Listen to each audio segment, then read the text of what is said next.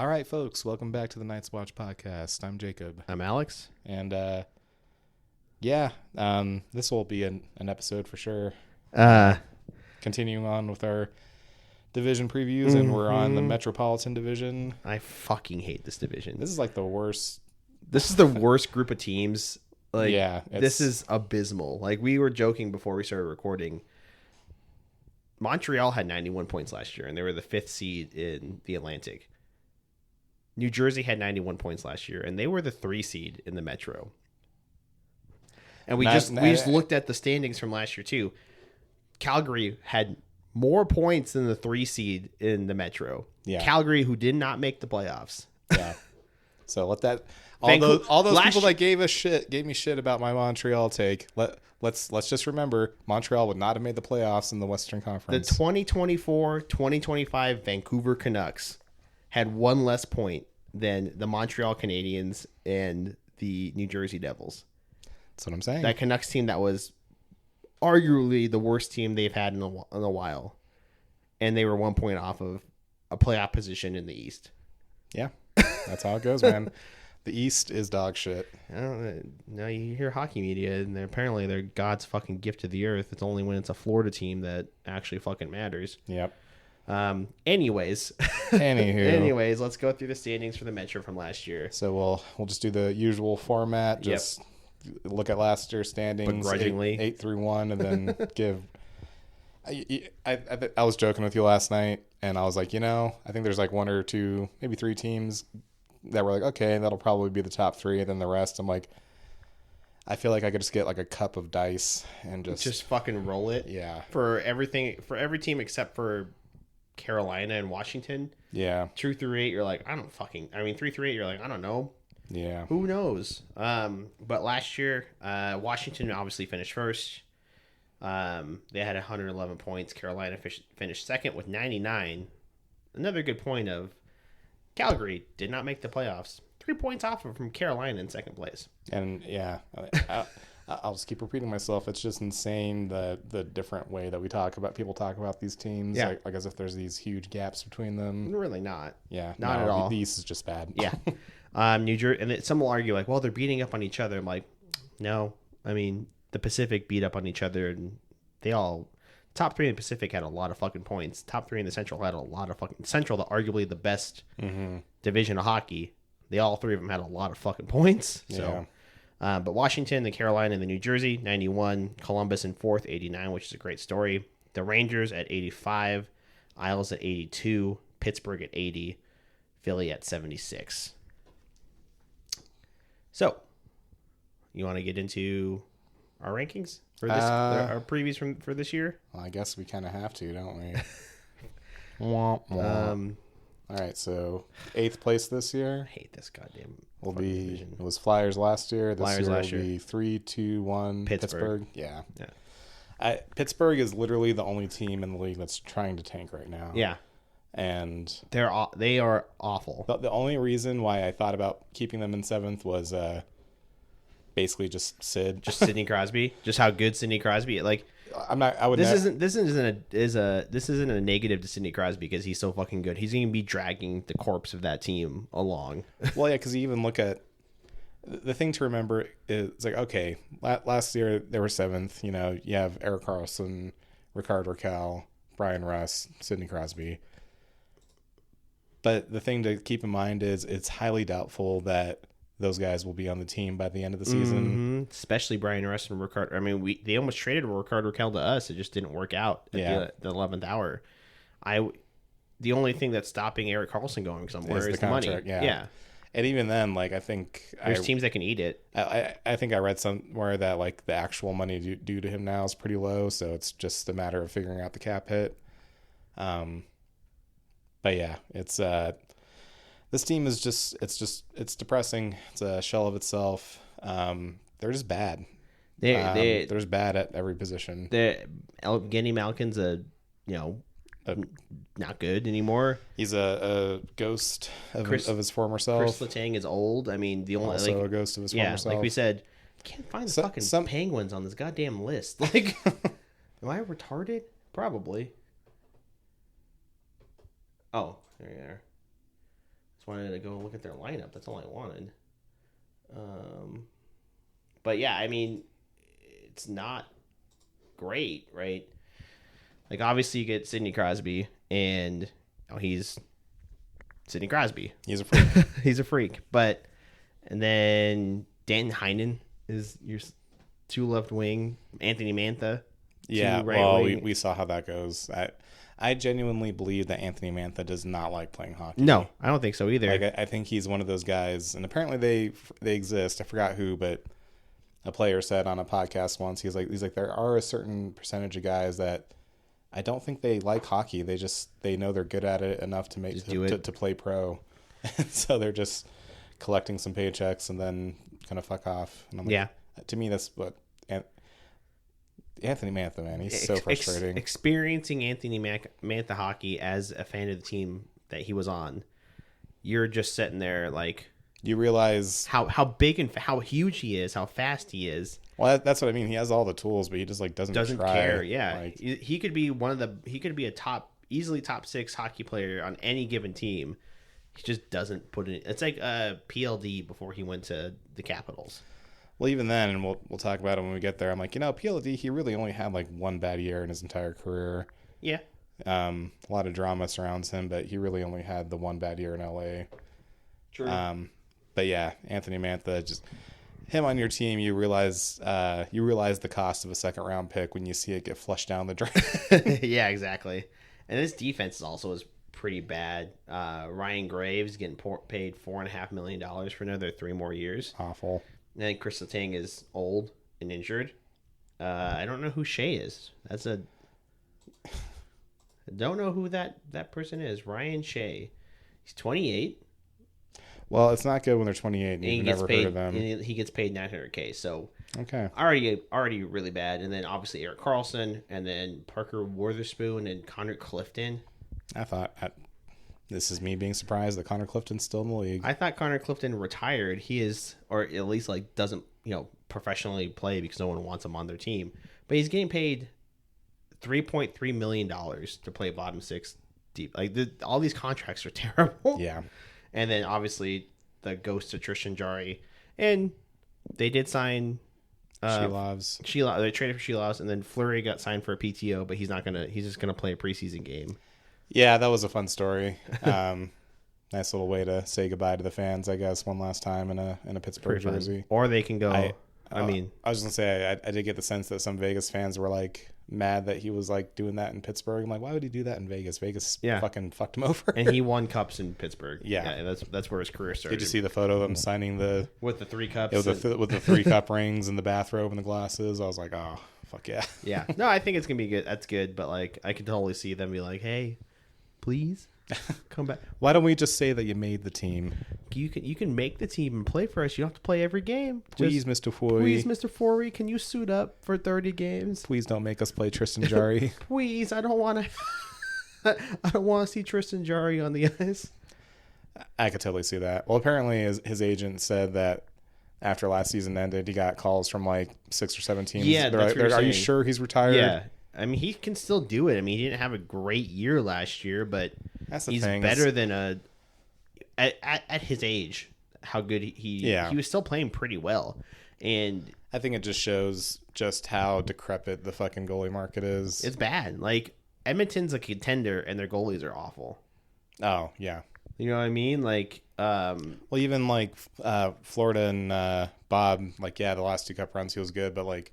It was like a running joke for a while. I was like, yep, here's that time of year where Bob loses his starter position. Yeah. Everyone always forgets that 2023 Alex Lyon was the starter in the playoffs until they were facing elimination in Boston. They had to go to Bobrovsky.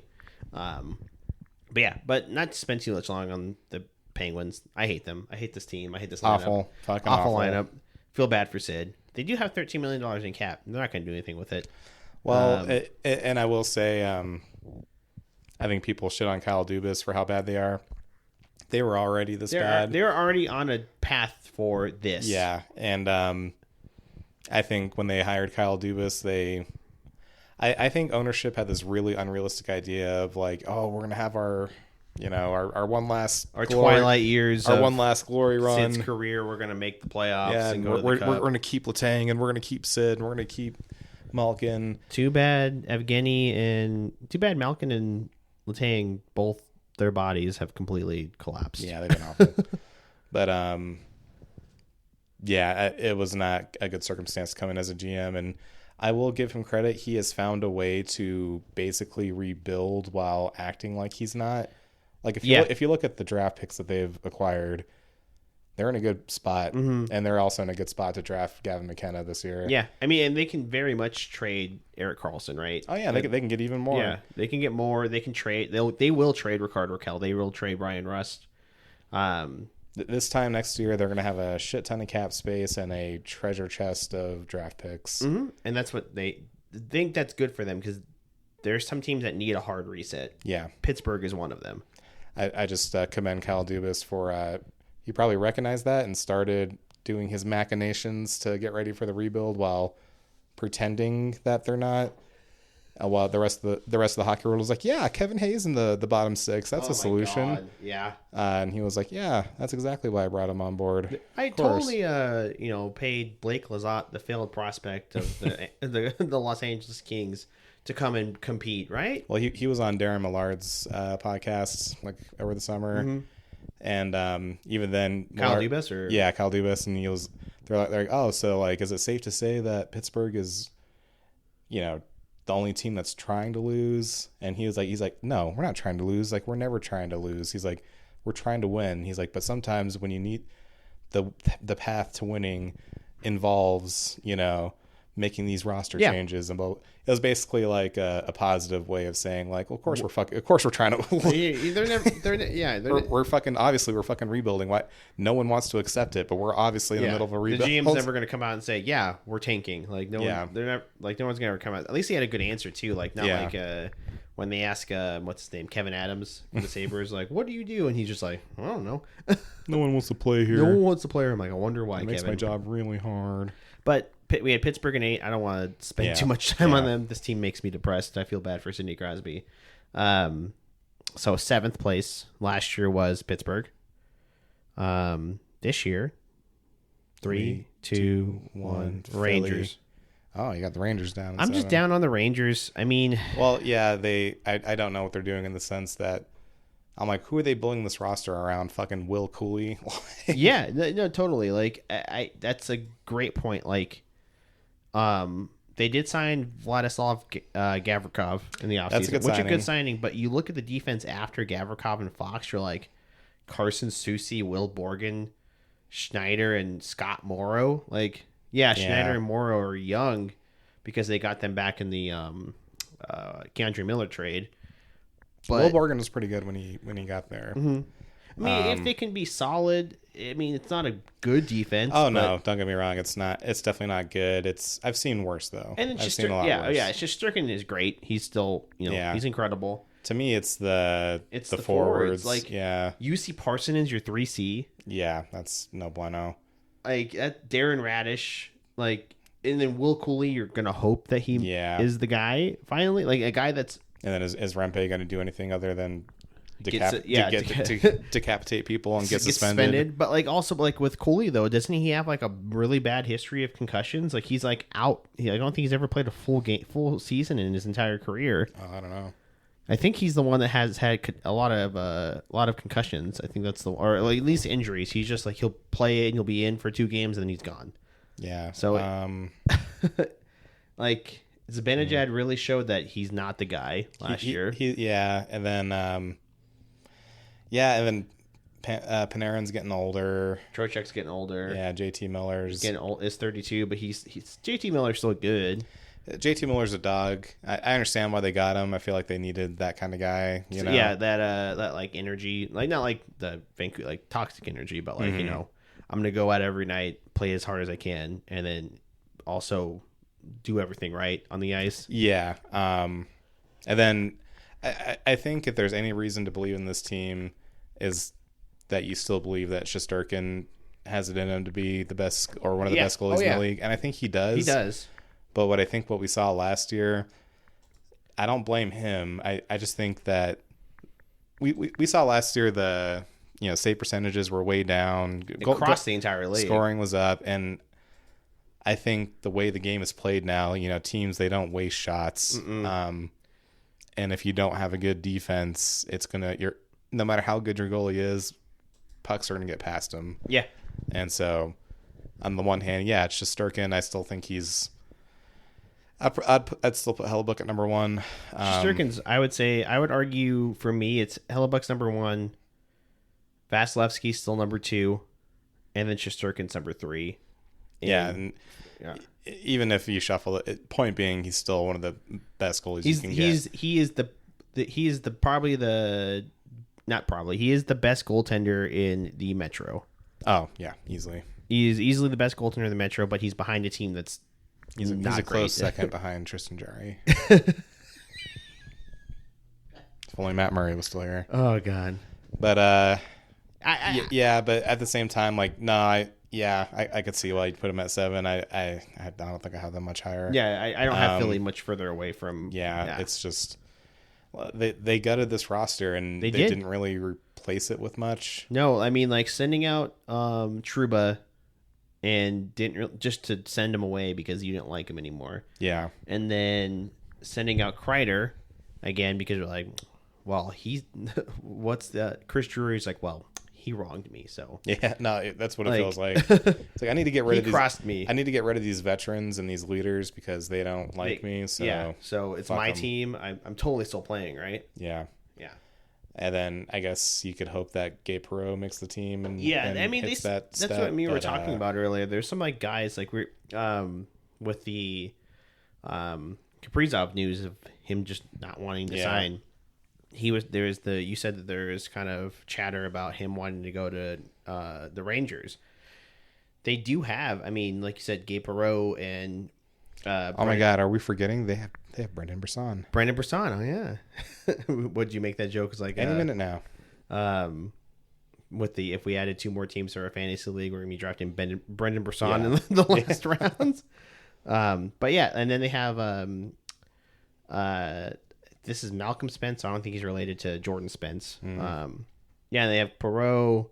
There's another kid they have. I can't remember who it was, but it was like some Swedish guy. But yeah, they've got prospects that they could, kind of use or bring in. Like, and like you said, with the Rempe thing, is he really going to be an everyday fourth liner? Like, well, then to me, it's just the volatility, and then it's the center depth. The center depth, yeah. It's just Trocheck, Miller, Parson, and Carrick. Carrick's a good fourth line center, but like Parson is your second line center. Yeah, and then or third line center. I mean, Lafreniere he had like one decent year, and like, oh, finally we're gonna extend him, and then he fell off promptly. Yeah, I don't know. It's just a mix of names. I'm like, they could be good. They could put they could just all click and be good, or they could be bad. I have a sinking feeling that they're going to do what a lot of teams do. They're going to play themselves out of the Gavin McKenna sweepstakes, but miss the playoffs. Yeah, so it'll be like pick like 10 or 11. And I'm like, oh, there's a chance this guy might be a good third line center one day. Yeah, no, maybe totally. in 3 years. Yeah, I don't like him. Well, you mentioned Philly, so let's talk about the Philadelphia Flyers. Yeah, so I still have Philly in 7. Yeah. This team's just really bad, man. They don't have a goalie. Yeah, that's just say they don't have a single goalie with a shred of NHL talent. No, I was gonna say I like what I hate about their goaltending. Their goaltending, it's Daniel Vladar and Sam Larson, and they just traded out Ivan Fedorov to the Blue Jackets, I believe, right? Yeah. I do like their forwards, though. Does that mean is Carter Hart coming home? Yeah, maybe. I mean, go to Philly. Do not come here. Don't come to Vegas. No. I do like their forwards, though. Like, I like the lineup as looking at it. I'm like, I really like Owen Tippett. I like Travis Konechny. I like Michkov, Couturier. Couturier is fucking washed, it's done for you. Yeah, I'm over Couturier. And then, I mean, maybe Zegras. I say maybe. I don't think he will. Maybe Zegras steps up and. Maybe. But that's what I'm saying. There's a lot of ifs and maybes on this. If my grandmother had wheels, she'd be a bike. You know. Yeah, I mean, I don't it's like I don't hate the forwards. But the goaltending is just so bad, and then the defense isn't awful. Like Steeler and Sanheim, York, Drysdale, Zamula, and Ristolainen, I believe, and then it's not awful. I mean, what do you define as awful? It's not bad. I mean, I like Nick Steeler. I really like Travis Sanheim. Like, yeah, Sam Hine. And Cam York is pretty solid and young. Drysdale just needs to stay healthy. Like, he actually looked better in Philly than he did in Anaheim. Yeah. So, I mean, that top four is not bad by any means. Just the goaltending. Like, can that top four be good enough to mask how bad the goaltending will be? No. No, I don't think so either. Because Daniel Vladar, when he was in Calgary, he was bad. Well, yeah, he was the backup. Yeah, he was a bad backup. Dustin Wolf he supplanted multiple goaltenders, and then he just took it from Vladar, which you want him to do, but Vladar is just not good. Samuel Ersson was. What a name, Dustin Wolf. I know, perfect name. Ersson was good, and he was decent in the Four Nations, because there's only a handful of Finnish goaltenders, but in the regular season last year, he was dog shit. Like to me, the only guys to get excited about on this team are Michkov and Konecki. And Tippett. I would say Owen Tippett. Even then, like, I mean, how old is Owen Tippett at this point? He's got to be like in his mid-20s. He's only 26. Okay, well, he's a finished product then. Yeah, he's not going to get much better. What you're saying is like get excited as like. Well, get excited as in like, oh, this guy might have a big year. Konecki's 28. Well, that's what I mean, but he's already he's like the leader, star, yeah. like. And then Michkov, obviously, Michkov, like, if you're a Philly fan, be excited about this kid because he's and then like animal. Tyson Forster, like he's probably just like a bottom six guy on a good team. True. Noah Cates is your third line center. Christian Dvorak on an NHL roster in 2025. He's getting paid $5.4 million. That's insane.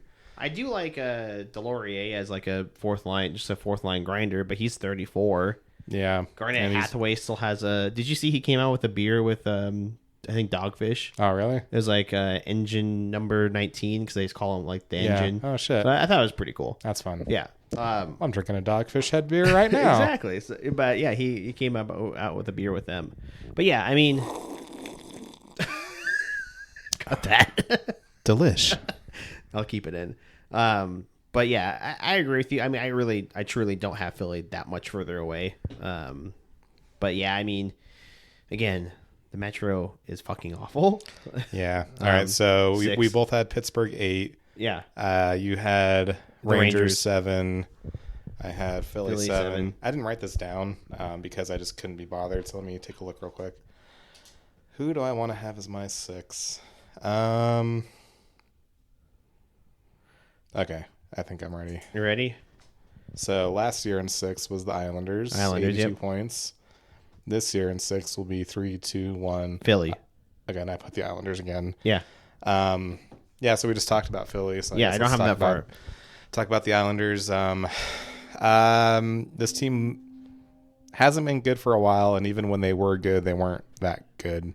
I think they were solid for a few years. I think having a full off season and now going into a full season without what's his name? The GM. Blue. Yeah, I was like Lou Lamoriello, right? Well, I don't know if you saw, but they really shook up the staff, the front office. I think that's a good thing though, because it was such an old way of hockey thinking, such a old boy stuff, and I think this will be good for them going into it as like, this is new, this is fresh. You let Patrick Waugh do what he wants, like make his team and put that together. You have a fresh GM. You have everything's pointing in the right direction of we're going to rebuild in not a 1970s hockey. Yeah. Also, style. On that note, I forgot to mention something with Philly. Mm-hmm. I forgot to mention that. Don't forget that this team was so bad that like 3/4 of the way through the year, John Tortorella was just like, I'm done. They made John Tortorella hate hockey. He's like, I don't want to do this anymore. They're like, all right, Torch is perfectly okay just anymore. Coaching fucking Team USA like he doesn't want. Yeah, that's also true. But anyways, back to the Islanders. Yeah, they get that refresh in the office. That's always good. They get the number 1 pick. Yes, Matthew Schaefer. Yeah, is he 18 yet? Schaefer, he is. Let's see, he's not even listed on there. he'll play. Yeah. So I'm guessing as soon as they turn 18, they'll just sign him. And Schaefer is 18. Okay. So obviously you don't want to rush prospects, but he's probably good enough to make the team. He will. He'll play. Year. And then you got Schaefer and then Cole Iserman. Yeah. He'll probably end up playing. He's really good. And then Kayshawn Atchison, who they drafted this year as well, he'll play in juniors again. But the Islanders had a great draft. They that's why they had the lottery, I guess. Sometimes you win the lottery. Mm-hmm. We didn't. Did you win the Powerball and you didn't tell me, or no? Okay, yeah, Victoria was like, literally didn't have a single number in any order. Yeah, same. I didn't even have enough to win the $4. Win your money back. Yeah, I was like, well, oh well. Yeah, but no, they're pointing in the right direction. Well, and that's the thing. I'm glad that they're finally going in a direction. If this was an exercise of buying or selling stock, I would say I'm buying stock for the future, but. As for next year, I don't think they'll be very good. No, I mean Ilya Sorokin is still very very good. Yeah. He's 30, so he's still not old. He's and don't get me wrong, they still have some dogs on this team. You got Bo Horvat, Sorokin, Matthew Barzal, male model Matthew Barzal. Yeah, so there's still some talent here. I do like. You still have some of those dogs on the blue line. Yeah, I still like that Russian guy Siplikov. He had a decent year last year, but yeah. But that's the whole thing with the blue line is Pellick and Pollock were injured most of the year last year, and so that's why they were pretty bad. And those guys are both really good defensive defensemen. But then Alexei Romanov is also solid, right? Mm-hmm. And we don't need to get into Tony DeAngelo, but he can put up points on a power play. Yeah, and then obviously you've got Bokvist I don't know why I say it like that, Bokvist and Mayfield, but Schaefer will probably take one of those spots, right? Mm-hmm. So there's things to look forward to, and they've got Pierre Engvall. Oh yeah, because that's right, because Lou gave him a fucking 7-year, $3 million deal. Yeah. Maybe Anthony Duclair will come back after getting wronged by Patrick Waugh. Yeah, maybe. I mean, I think Patrick Waugh will be a good coach for them. I know he's a hard ass, but this team needs that. They needed a shake up in the GM ship. They also need a coach that's more active, right?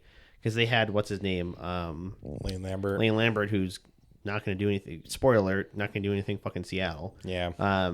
They need someone that's very aggressive and will take hold of the team and not let the GM just run what he wants to do, right? Yeah. That's kind of the deal with when Lou was there. He was basically everything. He told you what to do. But yeah, you said you had them in. I have them in 6. I had Philly in 6. Not quite at the bottom. No, but not too high. They still have Ryan Ellis's corpse as LTIR. So there we go. I'm looking at these and I'm like, I feel like I'm just throwing shit at the wall. Well, no, I feel like I'm just regurgitating last year's standings. But as I look at them, I'm like, that's about it's about right. That's about right.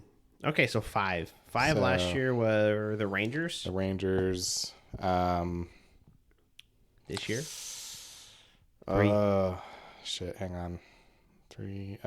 2. Okay. This year 5 will be 3, 2, 1. The Islanders. I was gonna say the Blue Jackets. The Blue Jackets. You have them regressing a spot. Yeah. I just don't think they're very good. So we talked about the Islanders. I think they were kind of playing for Johnny, Yeah, I could see that. Let's see. Let me flip my page because these are the notes I had before we did Atlantic first because I didn't want to be depressed the first time. Yeah, but I had the Islanders here, the Blue Jackets. Well, we can talk about Blue Jackets because I have them not too far away. They didn't really do much in the off season. And I have the sinking suspicion that they really overperformed last year. Yes. Obviously, I mean, there is a reason to play, right? There is a massive push with that team, play for Johnny, play for Johnny's family and everything. Sean Monahan had a great year.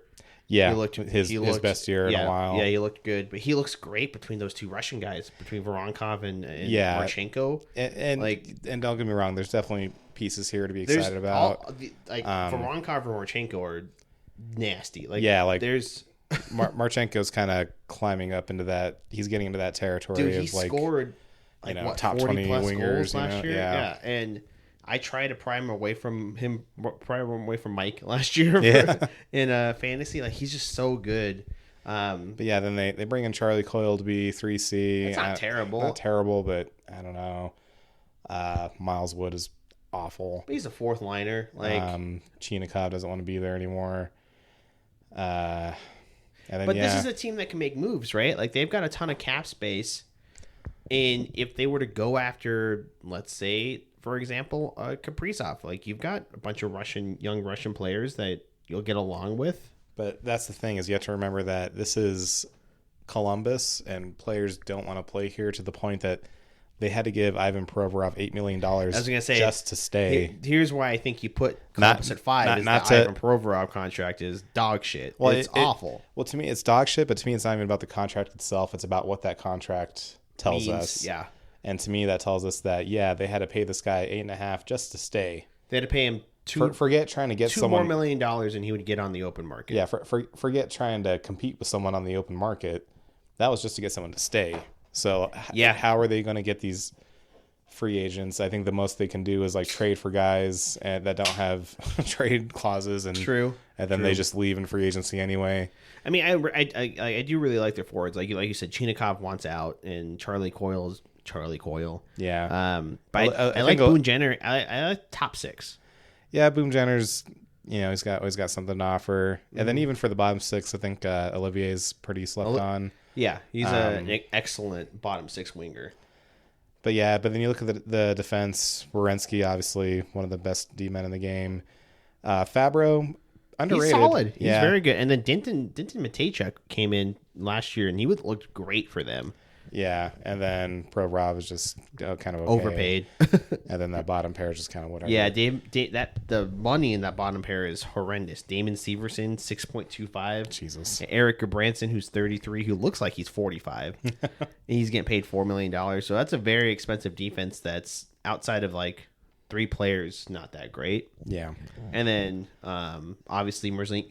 Then this is another one where the goaltending is like not good. Merzlikins is not good. I think they're really banking on Jack Reeves. Yeah, really because he looked great. I mean, he was a reason why they almost made the playoffs last year. He played really well at the end of the season. So he's only 24. Exactly. So I wouldn't be surprised if he ends up playing more games than Merzlikins. Could be like a Devin Levi situation, just a few years older. Yeah. But yeah, I don't know. Like I said, don't get me wrong. I like this team. Mm-hmm. I do too. I really love Dyson Mayo was signed with him he might play some NHL games. Yeah, and I really like Adam Fantilli. Oh, I love Adam he's Fantilli. A superstar. Yep. If he can take that next step, that could be huge for them. Yeah. But at the end of the day, I just look at this roster and I'm like, there's just not. There are some things that stands out. There's some things to be excited about. That's just why I have them at 5 and not at 8. But there's just not enough for me to be like, oh yeah, they're going to make playoffs this year. Yeah, no, I can see that. I mean, I think that top, like if they can all stay healthy, that top line, that'll be like a top line in the league. Just because how good Marchenko and Voronkov are. Yeah. I'm not even mentioning Sean Monahan. Sean Monahan revitalized his career. Yeah, he looked great. This is the best he's had. If this team does exceed expectations, great. It will be that those guys will be the engine. Marchenko, Monahan, Fantilli, Rowinski, Fabro. Yeah. Yeah, and then they still have some guys too, like Patia. He played a few games. He looked like just a bottom 6 guy. He looked pretty good. Yeah. Who's that? Del Bell Bulas? Del Bell Buluz. He's only 21. He's apparently he's like their top prospect. Oh, he's solid. That's just a hell of a name. It is. And they've got that one guy, Caden Lindstrom. They drafted a couple of years ago. He's probably he thinks he's playing in the NCAA this year. And then Jordan Whitelaw. Both guys that are like really good and they're playing in the NCAA. So they've got a lot of prospects that they like a lot of teams that don't finish high, they've been quietly building up the prospects, so we'll see how that goes in the next few years. But I mean, I could see them finishing 5th, and just they're still right in that middle of the division, which again, I hate this division. I was to say, it's not hard to do that, I guess. No. Okay, so 4 last year was Columbus. And you had Columbus at 5. You had Columbus at 5. I had the Isles at 5. So for this year will be 3, 2, 1. Rangers. Columbus. Okay. Well, we talked about both of them already, but and they're they're in that middle. Yeah, I guess for me, the Rangers, I think they have enough talent to hang around there, but not enough to make the playoffs because I don't think 4 teams from the Metro are going to make it. No, not at all. Like we made that joke of, like man, like wanting to see Montreal fans crash down just because their team is not as good as it was last year. But I'm like, they might still make the playoffs because how bad the Metro is. No, literally. Like they might just by happenstance make the playoffs because I don't see more than 3 teams making the playoffs out of the Metro. Oh no! If anything, they should change the rules so only 2 teams make it. Yeah, I mean, legitimately, like the Metro outside of Carolina and Washington, the Metro is awful. Yeah. But so we got through a top 4. So number 3 last year was New Jersey, right? Yes. 3 now last year is Jersey. This year points. This year 3, 2, 1. New Jersey. Also New Jersey. Yeah. Yeah. I Luke Hughes is still unsigned. Yeah, that's a problem. That's massive, and he's the biggest of the Hughes brothers. He's the largest, the most physical, and he still puts up points. Puts up points, and you have to sign him. Like they don't have enough money to sign him right now, so they're gonna have to move somebody. But like you don't have a choice. Like, you can go. Well, he'll be an RFA and he can set. He's not gonna like that. If he sets for a year, he's gone next year. Oh yeah, no, he's not coming back. You can't just park a high level RFA for a year. Oh yeah, we'll just throw him on the shelf. No. I think they'll figure it out, but if he signs, it's not guaranteed. No, it's not guaranteed. If he does sign, I really do like this defense. It's Hughes, Pesci, Siegenthaler, Hamilton, Dillon, and Kovacevic. Yeah, so to me, I'm like, that's a good mix of like, I told you this the other night, but that's a good mix of offensive guys and defensive guys. I mean, I've been singing the praises of Jonas Siegenthaler for fucking like years. Like he's a good defensive defenseman. Dougie Hamilton's really good. Brett Pesci's really good. Brendan Dillon's still playing. Chugging along. And then Jonathan Kovacevic is really stepped up last year and looked really good. And then obviously Mark Sherman Allen is a really good pairing. Yeah. But like these forwards, man. Yeah, I'd say for me where they fall apart is the forwards. Like Andre Palat is a fucking he's just riding shotgun with Luke Hughes and Jesper Bratt. Jack Hughes? Not sorry, because there's 2 of them. Jack Hughes. But there might be 3 of them one day. Jack Hughes, he did get injured last year, right? But he was having his best season of his career. Well, and that's the thing is he gets injured every season because he's too small. Yeah, he's too frail. And he just like refuses to bulk up. Yeah, but then Jesper Bratt was fucking sick last year. That's the thing with New Jersey is I do like their core forwards and that, Jack Hughes, Elite 1C, Jesper Bratt, great. Timo Meyer, he kind of had a slow start, but he's that good big power forward. Nico Hushire, he's like a perennial sulky type guy. But then it falls apart, man, because like you said, we got Andre Palat, who has not been the same since that injury. Thomas Nosinen, 34, and then not Thomas, Stefan Nosen. Stefan, I don't know where I got Thomas from. You're thinking Tomas Nosek, probably. But Stefan Nosen. In the top, I know this is just a projection, but in your top 6, goddamn. They did sign Connor Brown, but like, for what? How many years have we been making fun of Connor Brown? Like, it's not going to matter. Dawson Mercer, we talked about him. Like Dawson Mercer, for a while there, he looked like he had all this upside, and he was going to be like a real strong middle 6 option. Awful last year. Fucking awful. He cost them their playoff game, that penalty he took, remember? And then I don't even know who Gritziuk is. I'm guessing he's a prospect. And then obviously Cotter, Glass, and Dadonov. I'm like, I like Paul Cotter. I like Paul Cotter's spirit, but don't forget he was a healthy scratch on the Cup team for a reason. Yeah. Cody Glass. I also love Cody Glass. He's like the son I never had. But he's, fringe NHLer. And then Dadonov, Daddy, he came in clutch for us when we had him a few times, but he's like 35, 36. I think he's good. Well, it's a 1-year contract. I think he's just a good bottom 6 player now in his career because look how good he was in Dallas. Yeah, but he's also at that age where he can fall off at any given moment. Oh, he could literally get a random injury and he's done for his career. Oh yeah, or just lose it. just look good one game, and then the next, and then Just done. Yeah. there might be not have it. there might be a point this year where we see Dadonov score his final NHL goal, and no one's going to realize it until the season's over. No, you're not wrong. I mean, once you get up there in that age, especially the type of game he plays, it's very easy to, like you said, just lose it. Yeah, so I don't know. I obviously have him in third, so it's not like I hate this team. They still have talent, but the depth is not good. They just don't have look at depth. the press box. It's Lamico. I don't know who that is. Luke Glendening, Rooney, and then Simone Nemec. Yeah, then wasn't Nemec like a second overall pick? Like, what? And he's just not. I think I don't know. What are they going to do? What do you do with him? And then they've got. Is that your backup plan if Luke Hughes doesn't sign? Yeah, I guess so. I mean, and Seamus Casey was good when he played with them. Mm-hmm. The defenseman when he was called up when they had injuries, he played really well.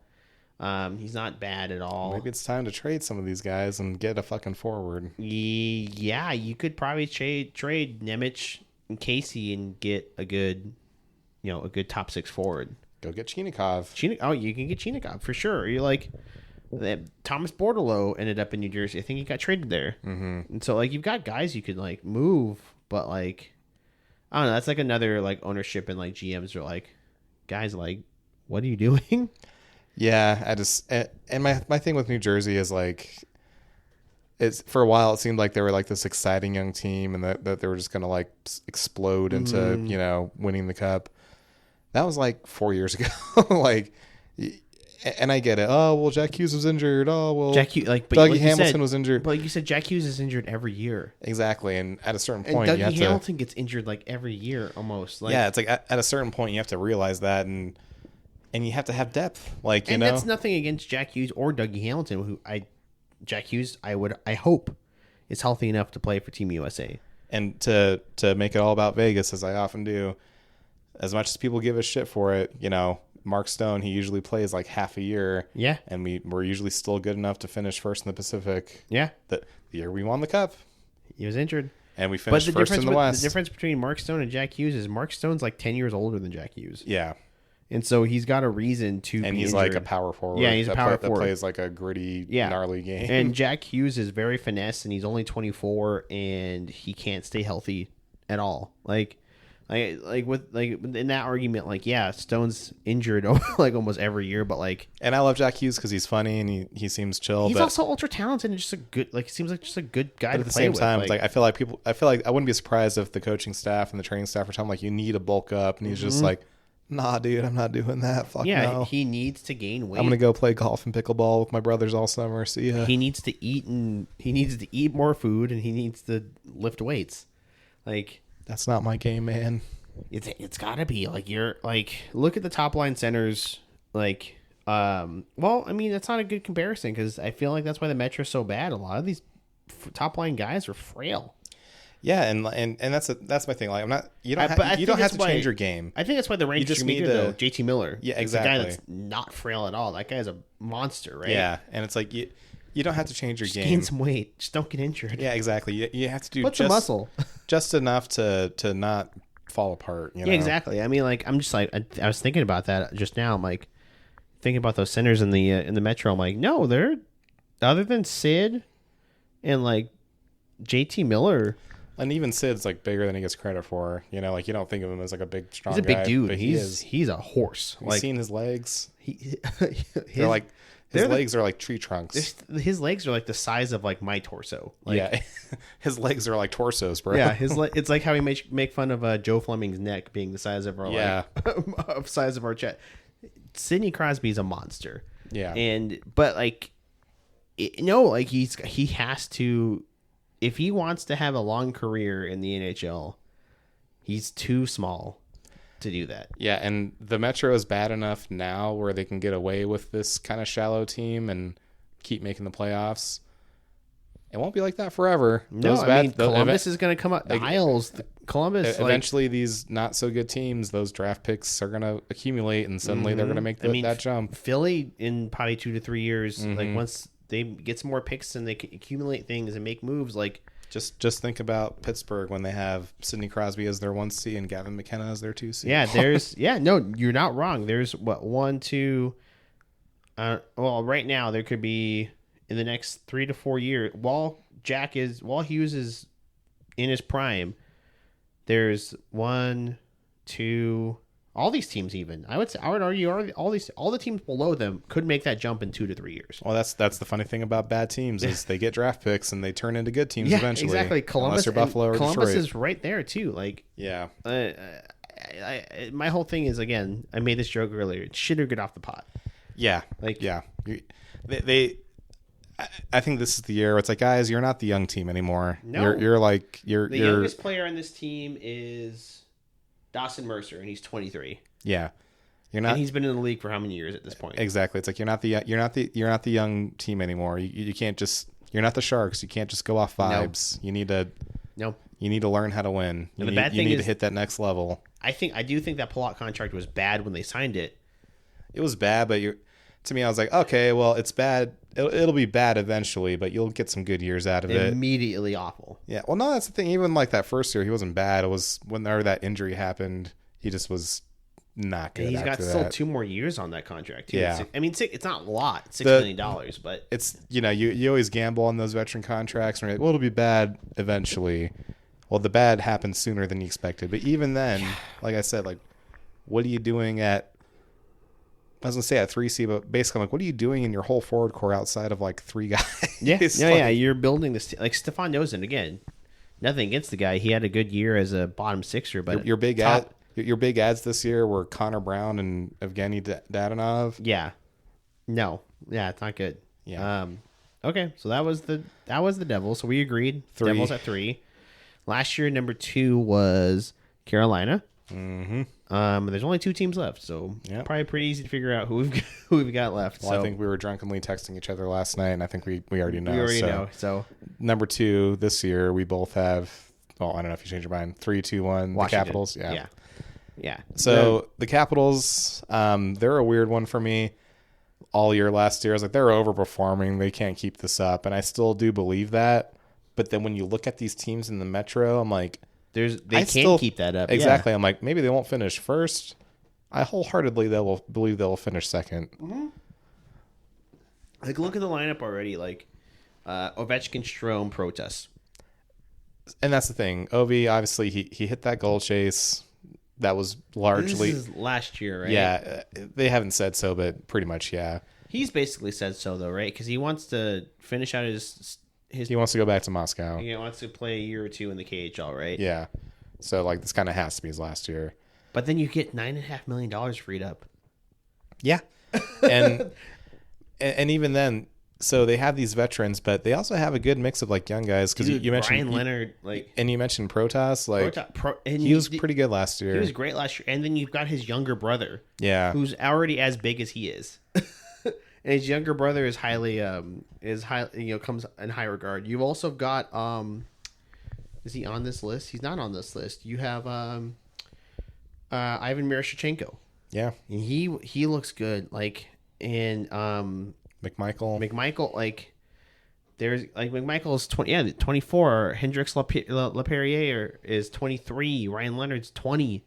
Justin Sordiff, who they got from the Panthers, he's only 23, and he was like leading the Panthers AHL team in scoring at a certain point. Yeah, and then Strome finally had that year that everyone's been waiting for him to have. Dubois, like I said, I still maintain, like, despite the way people talk about him, like, Dubois has really only had one bad year in his career, and that was in LA.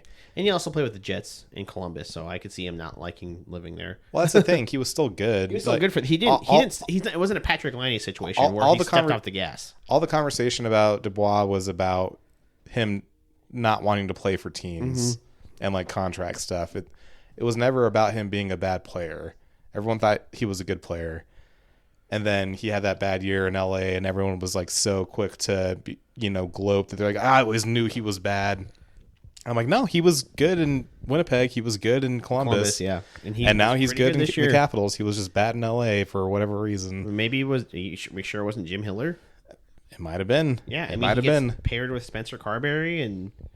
Yeah, Carberry, who won the coach award last year and has been doing great. Another reason to think that this team will keep it up is Carberry. I don't see why not. I mean, and then their defense is Sandin, Carlson, Chychrun, Is it Wa or Roy? This one's Roy. Roy. Okay, you can never know because it's like 5 different players say it differently. Farivari and Van Riemsdyk. But like, and that's a good to me. That's a good defense. Like, Jacob Chikrin, it's easy to laugh at how fucking insane he is in his personal weird, life, but he's a good defenseman. He's a good defenseman, and he is in insane shape. Yeah, he is. Dude, like he turned off all those light bulbs, and he got shredded. He is a monster. He is gigantic. Like shredded. Like Jesus Christ. And then Sandin's good. Farivari just got that new contract, and he looked good. Carlson, despite his age, he's 35. Like, and I still don't know why LA let go of Matt Roy. No, I really don't. He's a good defenseman. And then LT and Charlie Lindgren. Like, it's not Charlie. Is it Charlie? Is this one Charlie? I think it's Charlie. Ryan's the defenseman, right? Yes. Okay. But that's a good tandem. Very good tandem. As we kind of knew, LT is perfectly capable of being a good starter. This is a good team. The more I look at it, like this is a good team to me, and then to me, it has less holes than New Jersey. Yeah, for sure. I mean, it's a good mix of like veterans and young guys. You know, Anthony Bevelier at two left wing give me questions, but that's the one thing you're questioning though. And that's exactly, and I'm by no means, and that's the running theme with the Metro. Spoiler alert, my number one. I think there's glaring holes in that roster too. Nobody's perfect in this division. I don't think far from it. I don't think there's any really a perfect team. Maybe outside of like Florida, there's not like a perfect. I mean, Florida's. I mean, like we talked about last week, like they might finish third just because they don't care. But like outside of that lineup, no lineup so far. And even when we get to the Central, I don't see a lineup that's going to like go, whoa, this is just great top to bottom. Like there's holes like in every one of these teams. There's holes in the Golden Knights. Like but the point being, because what if Ryan Leonard takes a huge step and lights it up, and then you just throw him on the second line, and then easy. Is Beauvillier an awful option for your third line? Not really. No, he can still do it. You know, Hendricks Lapierre. Lapierre. I said Laperriere. Jesus. Laperriere. Yeah. Lapierre. He could step up too. He's only 23. Connor Michael's only 24. Like that's your third line. That's just a young, good third line. They just if this is how it's put together in the season, just a ton of energy coming from that line. Yeah, I have full faith that they can have a good regular season. And then again, I don't know how deep they'll go in the playoffs. Probably not very. Ivan Miroshnichenko's on this team, and he will play games because he's young and he's ready.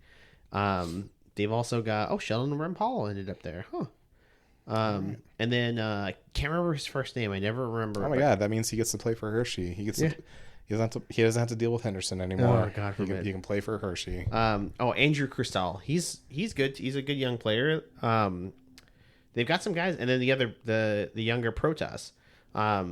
There's at least three guys. Protas the younger. Protas the younger. Protas the elder. Yeah, and there's at least 3 guys that they could come up and play, right? Like, it's not as bad. And then they have Cole Hudson, the other younger brother to Lane. The other Hudson. Yeah. The other one that, did we talk about it last episode? Or was that when we were in Portland? When the Hudson's dad freaked the fuck out. Yeah. I think we were in Portland for that, right? Yeah, we were. Well, my kids technically have dual citizenship. And it's like, Canada's like, I don't think we want them. It was Brad Marchand was like, he tagged Lane and said, like, come get your boy. Yeah, it's like you just don't make the team because you have fucking citizenship. You still have to go through it too. Like, spoiler alert, Lane Hudson will not make Team USA or Team Canada. No, neither will Cole. But so that was Washington. Again, this team could be 2. They could finish first. There's a giant gap between 1 and 2. Yeah. In this division and the rest of the teams. Agreed. Like, so spoiler alert, that leaves one left. One left. They finished second last year. This year, Carolina Hurricanes. We both have for number 1. Mm-hmm. This is I don't know how to feel about this team like ever. No.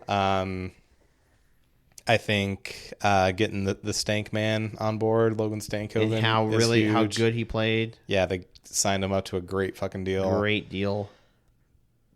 They added Jarvis is sick. They added Ehlers. Nikolai Ehlers. Finally, a guy that can ride shotgun with Sebastian Aho to score. Right. He definitely has that, but my concern with them is that just the same. They did nothing to address it.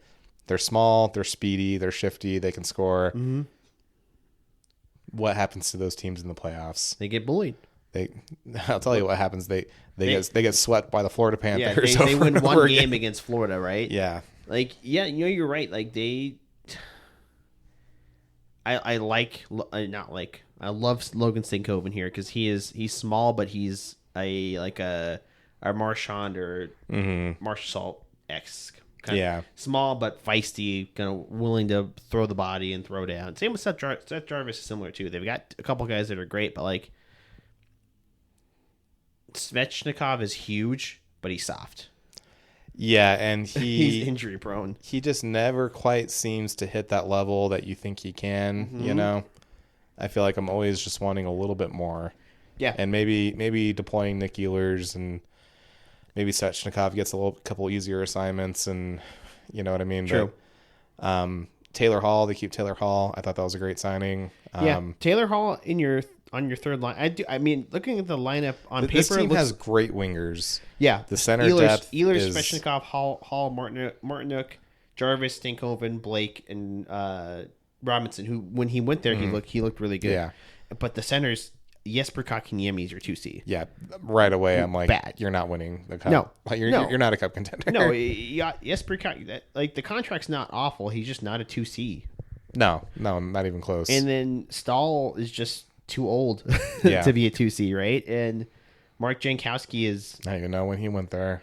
He's just a decent bottom... he's a good bottom sixer. Like he's a body. Yeah, he's a body, right? Like, and then the defense is actually... I did like the addition of Keandre. Love it, too. I mean, it's Slavin, Chatfield, Miller, Walker, Gostisbehere, and Nikishin. That's a pretty solid decor. And Carrier is on the press box. Carrier could play in front of a few of those bottom six players. I mean, frankly, Carrier probably could step up and play a top six role, in my opinion, but who knows? I'm not... Yeah, I was going to say, frankly, I don't see him being in the press box. I think one of those guys comes out. They've got a lot of names, though, like Carrier, Jost, Kevin LeBlanc signed a PTO there. Yeah, so there's definitely talent here. Mm-hmm. We put him in first for a reason. I think it's talent in the regular season. Again, this is a regular season preview. Yeah. It's talent in the regular season, and they could probably put up 110, 112 points in the regular season because of how talented they are. But they'll have the same problem in the playoffs in that they will get steamrolled by a bigger, meaner team. And then a big question for me always is the goaltending. Love Freddie Anderson. Guy can't stay healthy. No. And I didn't look it up, but I wouldn't be surprised if you told me he's played like 30 games in like 2 years.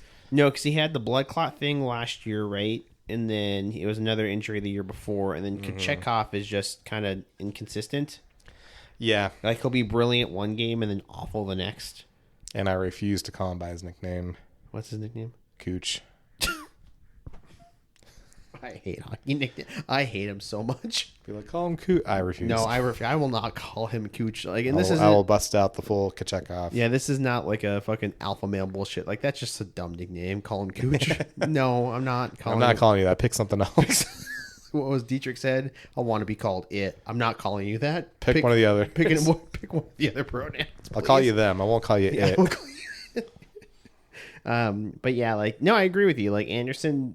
He's good. He just can't stay healthy. Yeah. And then can he be good in the playoffs even if he is healthy? Yeah. That's kind of the story of this team is great regular season team. I'm not buying that they can go far in the playoffs, at least no further than winning one game in the conference final against Florida. Florida's kind of the opposite, right? They're built for the playoffs. They don't care if they finish third. They don't care if they have home ice advantage because they know they can just steamroll anyone in the playoffs. Carolina, yeah, they'll steamroll through regular season games against, random teams in January. But yeah. And then is there ever going to be a point where we question Rod Brindamore as a coach? I'm not looking you in the eye right now because I was looking at their team, but that's a good point. I thought they were going to say, like, 'cause I got something to say. No, that's a good point. Like, he's from what I can tell from an outsider's perspective, all those good. He has a lot of great qualities, and he's a great coach, and players love him because he'll join you in the gym and throw weights around and go. He's running. definitely a player's coach, right? Like, but he has those guys playing an extremely high tempo game in the regular season, and that's why they dominate so many teams, because most teams like, oh, it's a January Tuesday game, who gives a fuck? And then Carolina comes in and they're playing like their fucking lives. Yeah, they're just getting mauled, right? Yeah. You know, high speed, they're man on man, constantly on top of you. It can be very overwhelming, but every year the playoffs come and they can't keep it up because it's one, it's too demanding, and two, they just don't have the personnel to impose their will like that. They don't game plan for the matchup, right? Like they play the same style of game and they don't deviate from it. But a better coach like Paul Maurice will be like, okay, we're changing the way we're going to play these games because this is a different team. The best coaches to me are kind of that blend of a player's coach, but also cerebral. Yeah, like Paul Maurice, Bruce Cassidy, Mike Sullivan, Montgomery. To me, Brendan Moore, he leans a little too deep into the player side of things. Not enough strategy other than just get your man and fucking get on top of him and get. Like I said, that works if you're playing an unprepared team, but no one is unprepared in the playoffs. No, especially when you're playing good teams and good coaches, like they will do their homework. Like they will know what system you're doing and they'll pick you apart. Yeah. Like, and he gets picked apart. And again, it's not saying that he's a bad coach. It's that how long has he coached the Hurricanes? It's a while now, right? Yeah. And they haven't made it past the second round? No, they get past the second round. I'm sorry, they haven't made it past the final. And then regardless of Florida or not, they haven't. And I'm sure there are plenty of teams that are like, man, I would just love to make the conference final. Fair, but the way people have been talking about this team, they need to do more than that. How good Carolina has been for so many years, they need to make a cup final. Yeah, and that's why, to me, I'm like, yeah, I'll have you as first in this division. And it should be mentioned, I think they have 2 first-round picks this year, and they have a ton of cap space. They can go out and get people. Yeah, they can make us eat our words, and they can go out. They can get Sidney Crosby. They can get Sidney Crosby. They can get Kirill Kaprizov. They can get Connor McDavid. But probably not. But it really has to go really bad. Yeah, in Edmonton for him to leave. But they can go out and get a 2C, right? Pretty easily. They've got, like you said, 2 first rounders. They've got $11 million in cap space, 10.6. Seattle shits the bed like we know they will. Get Jared McCann. You know, Jordan Eberle. Yeah, like you can out and go get those guys pretty easily. Go get another goaltender if you need it. Like they could right the wrongs or right their issues quickly. But looking I don't at think it right now. And that's the thing. They keep trying to trade for stars, but much like Columbus, no one wants to play there. I mean, they're in what, Raleigh? They're in Raleigh. Is that North or South? North Carolina. And from what I heard, the facilities aren't exactly modern. That's what I heard. The facilities are really run down. Yeah. Despite being a good team, like the facilities suck. Yeah. And in that style that Brendan Moore wants them to play, not a lot of guys want to buy into that because. I mean, we can tease them about the Mikko Rantanen thing, but I think Mikko Rantanen is like, I just don't want to do that. No. He's like, no, I know how I play my game. You guys paid a high price for a top 5 winger. Do you want me to do my thing or not? Yeah. It's kind of like what happened to Jonathan Huberdeau in Calgary. You know, high-end player. Daryl Suter. He goes to Calgary and they're like, well, we don't want you. You know that way that you play where you score 100 points? Don't do that anymore. You're playing defense now. Yeah. And granted, you want your players to be well-rounded, but I will forever maintain that Jonathan Huberdeau could live up to that contract on literally any other team. Yeah, there's just some players that just are never going to be a two-way player like or elite thing like that. Like those are few and far between. Those are Connor McDavid. Those are Sidney Crosby, Jack Eichel, Austin Matthews. It's only a handful of guys that really can do that. You're either known as a great defensive forward or a good offensive forward. You're not every forward's gonna be able to do what Rod Brind'Amour wants them to do. Yeah, and to me, it's just as simple as like, you take an offense first player and you put him in a defensive system, then don't be surprised when his numbers drop. You know? No, totally. But anyways, point being, Carolina, they're in a weird position. I think they did the best that they could in that Ranson situation. They have some assets. They have a lot of cap space. They have a lot of talent. But they didn't really address their main problems. They don't have They don't have a 2C. They don't have a second line center. It's a bunch of small, shifty dudes, which you need sometimes and can be effective. But you need beef in the playoffs. I mean, I'm just like looking at like who in the East, just for example, would be a 2C for them. That would be going somewhere. I'm looking at these teams I have ranked in the Atlantic. Montreal's not trading anybody. They don't even have a 2C. Yeah, they're on the rise. They're not going to trade anyone. Buffalo's not going to trade Thompson. Like, they're not going to trade Norris. Like, you're going to have to give them a good offer. Boston's got dog shit. Like, Boston's a fucking joke. Like, and even in the West, like, there's a reason why there's such a divide between the top, like, what, 12 in the West? Mm-hmm. All those have good center depth. Do you know who would be great on this team, actually? Nazem Kadri. Yeah. No. I mean, they've been talking about getting Kadri out of Calgary for a long time, and you don't have to pay a lot to get Kadri out. I don't think so. And you can just... The problem there is that he's older, and, like, you know, you never know when they're going to fall apart, and how much do you pay for an older player and all that. But he's still got it, man. As for, like, this year and next year, like... Kadri would be great on this team. Yeah, that'd be a good second line center. That's the guy you want on Carolina because he's got the bite. You push Kotkaniemi down to 3C, and you push Kotkaniemi onto the wing. Like, you don't move Stahl out of the 3C at all. Like, Stahl, he's still a good third line center. Like, he's still a good defensive forward. But that's a good idea. He'd bring some bite to a biteless team. Exactly. But that was the Metro. That was the Metro. It's awful. I hate them. Fucking awful. Terrible. Worst division in hockey by a mile. We're finally going to get to the West. The best part of hockey. The Central. The Pacific. Oh. Yeah. Well, like I said, for the Metro, I was like, I could just roll some dice here and rank them. We never did our plan in Portland where you just found some hobo shit and throw it out of the wall and see which one slid the most. Yeah, we did find some eventually, but unfortunately there was a surprising lack of homeless fentanyl addicts. Yeah. I was misinformed by the news. Still, the funniest thing was when we went to go look at the Portland sign, and Josh was just like, well, this is the part of the Portland that they do talk about where the homeless people are running rampant. I'm like, thanks, Jacob. It wasn't even that bad. No. Did a homeless person come within 100 feet of you? No, not at all. And then the ones that we walked by with Josh, they're all very nice and very, hey, here's a water. They're like, thank you. I see more homeless people on Water Street every day when I drive to work. I saw more homeless people driving around in Vegas than I saw in Portland. But Central and the Pacific, obviously finishing with the home division. Yeah, the Central, I'll be pulling my hair out trying to rank those teams because they're all pretty good. They're all great. Aside from Chicago, Jesus. Yeah, who was awful. Mm-hmm.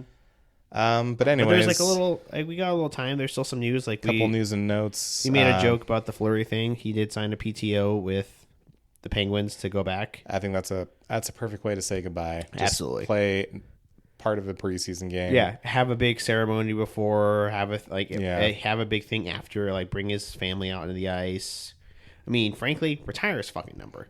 Oh yeah, easy. Retire his number in Pittsburgh. They should retire. Retire that whole core. You know? All of them. Yeah, and this is perfect too because I would hope after this year. I think they said that Malkin's going to retire. Yeah, it sounds like this is. And Letang it might be Letang's last year. Like, let that group go and retire their numbers altogether. How much it meant to Pittsburgh. Mm-hmm. But no, I think it's a very meaningful. It's just a PTO. I'm like, no, he wants to play one game. Part of one game. And I will say when I first saw PTO, I was like, "Oh, you're not being serious, are you?" Like, and then I was like, "Oh, okay, this is obviously just like just an excuse to get him into a preseason game and say goodbye to everyone." No, that's awesome. Great. I love it. That's good. And then the rookie camps started. Yeah, that's the off season's finally coming to an end, dude. Rookie camp. Jacob, rookie camp leads into training camp. Our first preseason game is in what, a week? I'm so excited. It's what, the 21st? No, the 27th. So. Is it 21st or 27th? I think it's the 21st. It is the 21st because I circled it on my work calendar. When I'm depressed, I just look at it. I'm like, soon. Let me look real quick. I'll confirm. So not this upcoming week, but the week after. I hate fucking apps. I just want to see my goddamn fucking favorites. So yep, Sunday, September 21st, a week from today, they play at San Jose. Well, let's hope they actually have a broadcast this year.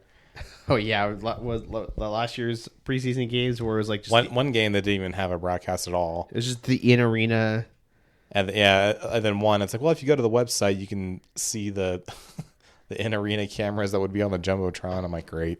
That reminds me, I need to update my card on Nighttime Plus so I can watch games. Yeah, well, they auto renewed my shit, unbeknownst to me. Yeah, like, but yeah, what's this $90? It's a week. I mean, and in the rookie camp, we played Utah yesterday, and then who did we play today? Colorado.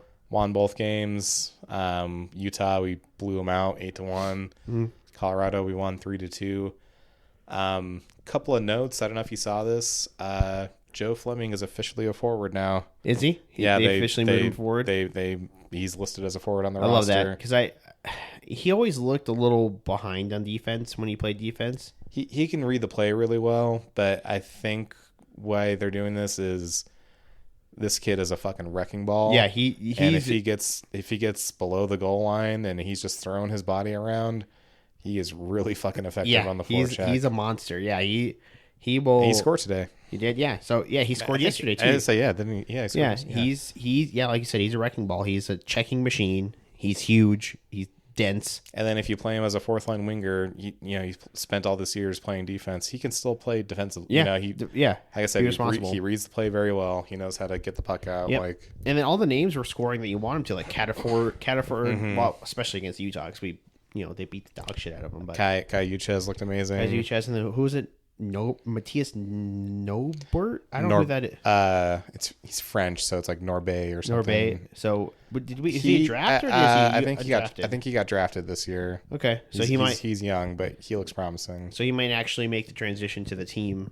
And one guy who looked really good, and then on the way here, I was listening to the radio broadcast, and Millard was interviewing our assistant general manager. And he brought him up too. He's like, well, if I'm Bruce and I'm watching this, there's one name that I have circled for preseason.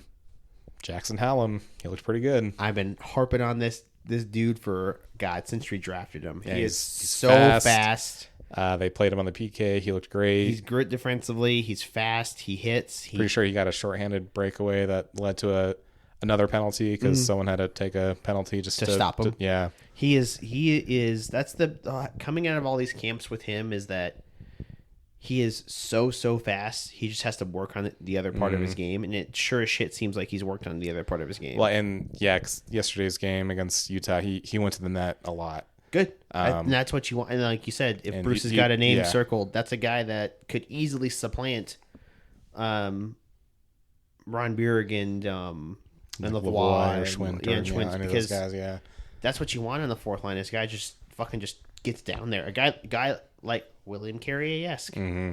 Yeah, just exactly. Charges down and just... That's what he made me think of. Yeah. See, I know how to call him, right? So there you go. I've been saying this guy's name for a few years, just hoping that it hits. Yeah, so that was fun. It's good to have the rookies going, and then regular training camp will not be far behind. Well, it starts next week, right? Like the 18th, I think so, like a couple days. Yeah. Yeah, it starts this week. It's always around my birthday where they always start. I'm like, it's a great birthday gift. Hockey. No, like literally, like around your birthday. That's when I'm like, okay, we're hitting the second half of September. We're here. Exactly. Camp is starting. Preseason starting. Oh my god, Jacob. We're drinking Oktoberfest beers and pumpkin beers. Yeah, it's gonna be like 85 degrees this weekend. I know. We survived. It's here. We survived summer. We survived the summer. I'm excited. Very close, and then we got we're talking about the Central next week, and then we got our fantasy draft in 2 weeks. We had to move it up because I gotta go to a concert, I guess. Lame. But we got our fantasy draft, and then the Pacific, and then it's hockey, and then it's the regular season. Before we know it, it's the night before Christmas. Yeah, it's. I'm so excited. Obviously, when we get to the hot take episode, we're gonna spend like 2 hours just jerking ourselves off over this team. But I'm very excited. It's so close. Even just hockey. Obviously we're big on the Golden Knights, but just hockey being back, it's great. Oh, I love it. Oh, and then what? Not a bad thing before he signed off. I was going to say, We talk about the Carter Hart shit. Yeah. Like, So, according to Michael Russo, he was on a podcast the other day. There's been some buzz. Well, one, the NHL came out and they said the players from the Hockey Canada scandal will be eligible to sign contracts in December, probably because the players' union threatened to sue them, which I understand in the sense that, you know, they kind of have to do that. they were found not guilty. They were acquitted. So the buzz is that the two teams that are interested in signing Carter Hart are the Utah Mammoth and the Vegas Golden Knights. Which for Utah makes total sense because they need someone like Connor Ingram. Connor Ingram's in the player assistance program. Yeah. They need someone behind Vijamalka. Yeah. They need another guy, right? For us, I mean, just off principle alone, I know everybody like, well, he was not guilty. I'm like, it's still pretty fucking weird. It's still fucked up that you would say yes to go into another player's room to do that. Like, I don't find that what people need to understand appealing. is that a couple things. One, there's not a lot of things that happened in that room that night that are in question. There's a lot that is just agreed upon as fact. Two, being found not guilty is not being found innocent. O.J. Simpson was found not guilty, and he was not innocent. We all know. Exactly. Like, that's not to take it that far, but yeah, not guilty means that in a criminal court of law they could not prove without a shadow of a doubt that you did it, and that's why, in particular, sexual crimes are some of the hardest to prosecute. But if you have a single fucking woman in your life that you respect, you've probably heard at least one story about what happens and how it happens. So to me, the conduct that was shown that night is not someone that you want on your team. And I don't care how young he was, frankly. No. He's what, 17, 18? You're old enough to know better. Well, it's like I said when we drafted fucking Trevor Connolly, and this seems to be a pattern that we just get. It's nice when talent at any cost means, like, you know, trading Nick Waugh for Mitch Marner. It's not as great as it's not so great when you're drafting racists and trying to sign rapists. Yeah. But, you know, I remember being that age, and there were some things I just knew better. You know. Yeah. And all I can say is this, and this is going to be my take, and I'm not going to bring it up again unless this actually happens. If we do sign Carter Hart, and he's a Vegas Golden Knight, and people are applauding it and whatever, all I know is if you're a Vegas fan, I never, ever want to hear again you bragging about how, oh, well, you know, we're just a high character team with good culture, and we just, you know, Bill Foley values certain things, and, you know, he doesn't want bad guys on the team, only good guys, and, you know, we aspire to be something more, and the knight and the warrior class and all this bullshit that they feed you. I never want to hear that shit ever again. Yeah. And you can never make fun of Evander Kane again for not paying his gambling debts. No. Because do you know what's worse than not paying your gambling debts? Sexual assault. Yeah. So you can't make fun of Evander Kane or the Blackhawks. Because we're on that, we will be on that level. Yeah. And it's as simple as that. I'm sure there's a lot of people that want to own it. There's a lot of people in the comments on the post that I made that don't seem to care, other than seeing this as a way to give a middle finger to cancel culture and feminism. Give me a fucking break. Grow up. Yeah. I'm 12. Yeah. No, they might be our age, but yeah, they're literally mentally 12. Mentally 12, emotionally 12. Yeah. I that was you better out words than me. No, that was everything I thought, and you put it into exactly a great statement of it in a bubble. Looking at it as signing an available good player, it's a good thing because you're assigning the talent. But knowing everything that surrounded that player and everything that went on, you're like, do we want to bring that character into the team that already has such a solid culture and solid character group of, as far as we know, pretty upstanding and solid guys. I mean, and then not to compare it, but like there's a reason why, LT got shafted and he's like blacklisted with Team Canada. It's just DeBoer and Cassidy don't like his character. So you're going to bring in fucking Carter Hart? Yeah, exactly. Exactly. Like, and you're just kind of spitting in the face of your values as a team. And again, they're going to go, well, he was found not guilty. But like you said, that doesn't mean he was innocent. He was still in that room that day. Not guilty does not mean innocent. He still participated. The only reason they were found not guilty is because the Crown prosecuting was awful. The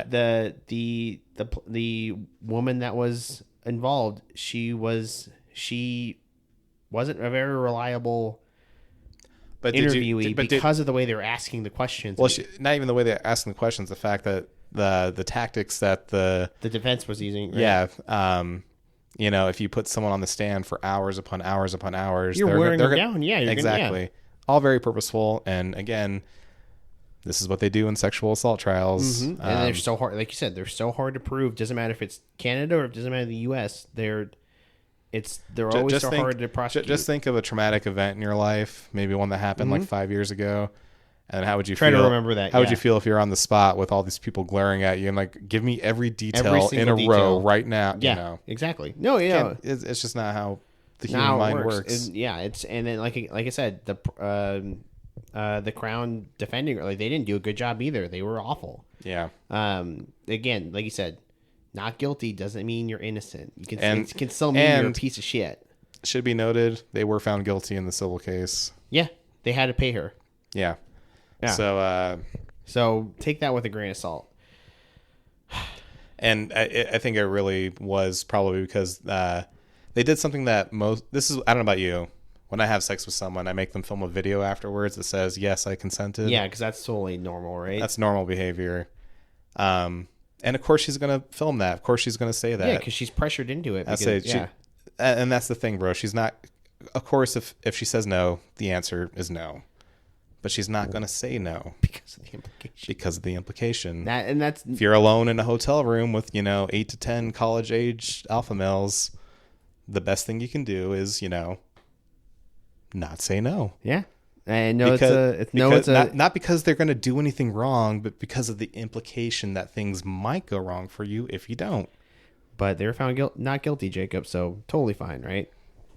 Yeah, that's how you treat a lady. Yeah. But, yeah, I'm not going to like it. I hope come December that's not a signing. I really don't.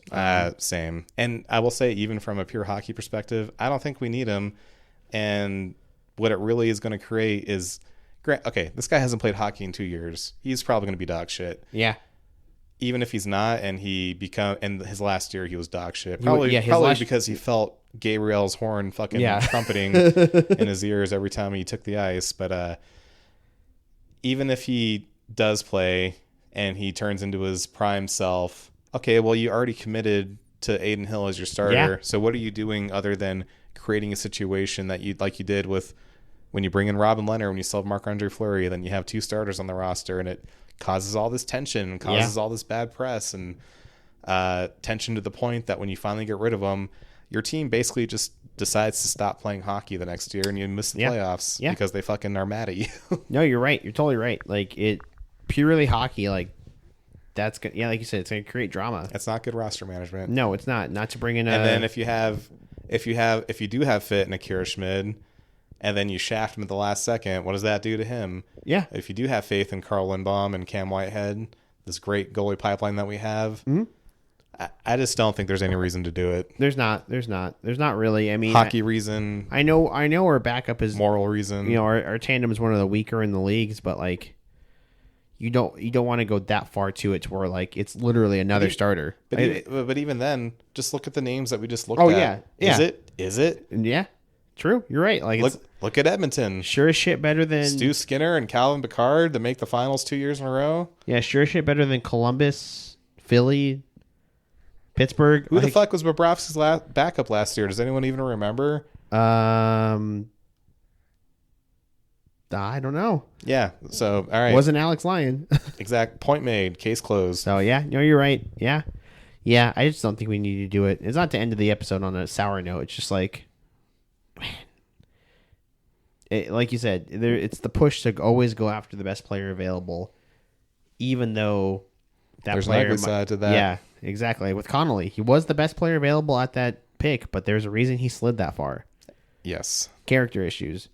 Like look at the Robin Leonard trade. He was the best goalie available. And that fucking blew it up in the face real quick, right? Turns out he was every bit as mentally unstable as one might think. Exactly. So I just don't like the idea of it. And I know it's just a rumor, but it's also like a valid rumor because it's actually like a real insider. It's not fucking, somebody. It's not Frank Saravelli just piping shit off, right? It's not some random low-level French media guy claiming that that Tomas Hertl is going to get traded to the Carolina Hurricanes. What still kills me about that to this day is he didn't say will be. He said Thomas Hertl has just been traded. Yeah, like it was like it happened. Idiot. But anyways, next week's the Central. Probably an episode that we're going to spend a little time on because the very good division. And then the Pacific. And then hockey. We're a month away. Less than a month away. Let's hope it's on a good note. Yep, I agree. But until next time, drink some Oktoberfest beers. Drink some pumpkin beers. It's fall, kids. Break out those flannels. You can only wear them at night. Yeah, only at night. Don't like dorms. You'll still die. Pretty hot during the day. Yeah, and stay gold. Stay gold.